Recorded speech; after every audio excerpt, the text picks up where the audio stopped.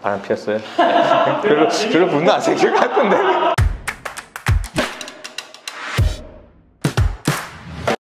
안녕하세요, 로이어 프렌즈입니다. 구독, 좋아요, 댓글, 알람 부탁드리겠습니다. 갑자기 한숨을 쉬어요.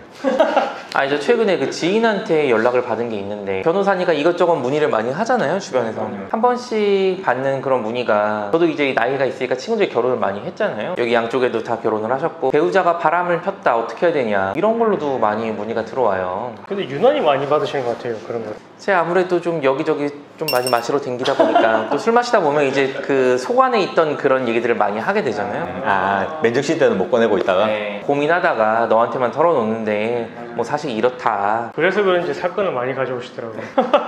뭐 여러 가지 케이스가 있긴 한데, 아무래도 일반적으로 가장 많이 이제 뭐 외도죠. 외도로 하는 게 직장에서 많이 일어나는 것 같아요. 아무래도 이제 집에서 가족들이랑 보내는 시간보다 깨어있는 시간 동안 직장에서 일하는 시간이 길잖아요. 보통 6시, 아침 9시부터 6시까지 계속 그러니까 얼굴을 마주보고 있으니까. 집에 있을 때는 또 이제 뭐 출근 준비하고 돌아와서는 힘드니까 퇴근해서도 이제 뭐 금방 자고 하니까, 실제로 깨어있는 동안 대부분의 생활을 직장에서 하고 직장 내 인간관계가 많이 유지가 되기 때문에 그 과정에서 바람을 피는 경우가 상당히 많은 것 같더라고요. 뭐 남자든 여자든 상관없이. 근데 그러면은 이제 그 남아있는 배우자 입장에서는 굉장히 화나는 일이잖아요. 이거는 화가 아니고 죽고 싶을 것 같은데. 네. 굳이 법까지 가지 않더라도 바람을 피면은 이제 보통 이제 뭐 상간남, 상간녀 이런 식으로 표현을 하거든요. 그런 식으로 지칭하죠. 예를 들어서 뭐 손 변호사님이 제 와이프예요. 제가? 네. 그리고 제가 이제 그 바람을 피는 남자고, 이제 직장에서 제 동료 이 변호사님이 여자예요. 이렇게 바람을 폈다. 그러면은 이제 상간녀라 그러고, 반대로 돼서 이제 제 남편, 제가 여자, 그리고 바람 피는 남자 그러면 상간남이라고 이렇게 표현을 하고, 그래서 보통 이제 상간남, 상간녀, 위자료 청구 소송 뭐 이런 걸 하게 되죠. 뭐 일반적으로 불법행위를 했으니까 이제 위자료를 청구를 하게 되는 건데, 뭐 아까도 말씀드렸듯이 굳이 법까지 가지 않더라도 판례에서 그런 말을 하긴 해요. 뭐 부부간의 뭐 공동생활 관계를 깨트리는 그런 행동을 하면 안 된다. 문제는 이제 이 변호사님이 제가 유부남이라 사실 알고 있었어요. 알면서도 이제 바람을 폈다, 저랑 외도를 하면은, 그럼 당연히 이제 저랑 손 변호사님 사이에 그 부부관계의 공동생활을 깨는 거잖아요. 그럼 이제 불법행위를 했으니까 거기에 대해서 돈으로 배상을 해라 라고 해서 위자료에 청구 소송을 하게 되는 거죠. 근데 사실 돈이 문제가 아니에요. 지금 이 정도 상황이 되게 되면은. 손 변호사님, 분노가 생겨요, 안 생겨요? 제가 바람을 폈어요. 바람 피웠어요? 별로 분노 안 생길 것 같은데. 얘가 남편인데? 괜찮은 것 같은데, 이 정도. 일반적으로는 이제 내 배우자가 바람 폈다 그러면 엄청나게 화가 난단 말이에요. 단순히 돈 몇 푼 받는 게 문제가 아니에요. 내 배우자랑, 그리고 내 배우자랑 바람을 핀 그 상간남, 상간녀를 어떻게 하면 최대한 매길 수 있을까? 실제 그 상담 오시는 분들 중에 그런 분들도 있어요. 위자료는 실제 법원에서 인정을 많이 안 해주니까 그거 필요 없다. 어떻게 하면 진짜 속된 말로 엿먹일 수 있느냐, 그거를 좀 방법을 알려달라, 아니면 그렇게 좀 진행해달라, 이렇게 얘기하시는 분들도 있긴 하거든요. 그쵸. 근데 사실 매기면서도 나는 피해자인데, 손 변호사님 피해자죠 지금? 제가 바람을 폈으니까. 손 변호사님이 근데 다치면 안 되잖아요. 이입이 안 돼.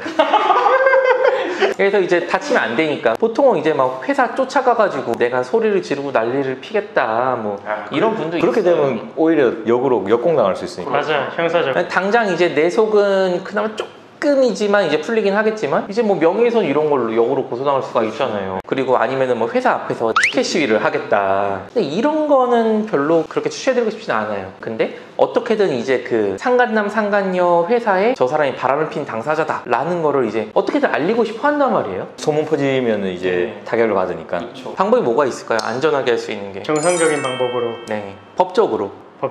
우리가 급여를 받잖아요. 급여를 받을 때 이제 그 급여에 대해서 우리가 이제 민사적으로 손해배상 청구를 했을 때 이 금액이 내가 받아야 되지만 전부 다 못 받을 우려가 있잖아요. 그렇죠. 그럴 경우에는 먼저 이 돈을 확보를 해두는 건데, 그래서 그 돈이 나오는 그 구멍이 급여. 그 급여에 대해서 확 가는. 그렇죠. 그래서 이제 뭐 상간녀, 상간남이 이제 위자료 청구 소송을 하면서 동시에 이제 그 회사를 안다면은 그 회사에다가, 그리고 그 상간한 사람도 안다면은 그 사람의 월급에 대해서 가압류를 걸면은 이제 법원에서 회사로 통보가 가죠. 그렇죠. 가압류했다라는. 그러면은 이제 회사에서 알 수밖에 없는 거죠. 소문이 나죠.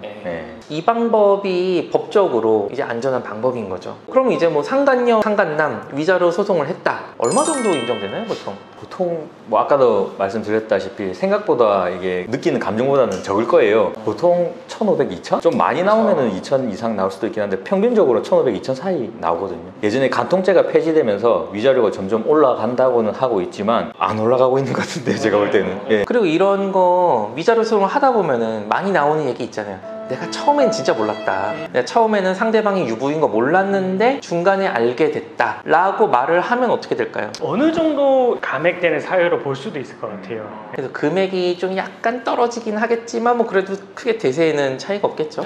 그러면 정말로 난 소장을 받고 나서 처음 알았어요. 정말 이 사람이 유부인 거 몰랐어, 상대방이. 그럼 어떻게 되나? 그렇게 되면 실제 위자료 청구 기각 나오죠. 그렇죠. 근데 인정되는 케이스 혹시 본 적 있으신가요? 저는 거의 못 본 것 같은데. 잘 인정은 안 되겠죠. 근데 실질적으로 근데 정말 억울한 사람도 있을 수 있잖아요. 그래서 이게 뭐 고의 또는 과실이 있어도 불법 행위가 인정될 수가 있잖아요. 그럼 내가 정말로 모르긴 했지만 내가 조금만 주의를 기울였다면 저 사람이 유부라는 사실을 알 수 있었다. 이렇게 돼도 이제 위자료 인정이 되겠죠. 그렇죠. 네.